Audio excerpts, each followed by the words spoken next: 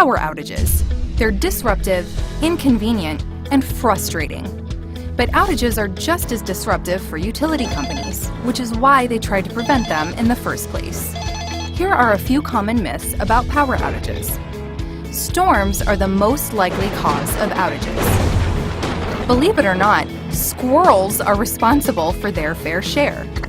They eat insulation from wires, invade substations and transformers, and trip circuit breakers. Other common causes, besides the weather, are traffic accidents, falling trees, and occasionally failing equipment. We immediately know why the power is out. Technology has made it much simpler for utilities to diagnose and repair outages.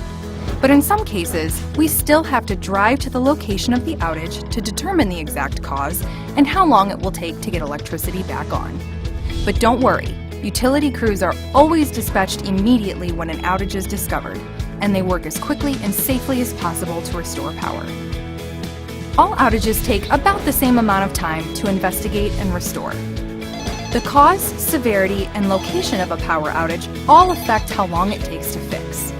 Once utility crews arrive on the scene, they quickly assess the situation and get to work. For example, it takes much longer to replace an entire pole than to make a smaller, perhaps squirrel-related, repair. And there you have it. Nobody likes power outages, but now you'll better understand what's happening the next time your power goes out. And you can be assured that your electric co-op is on the case. For more information, visit your co-op's website.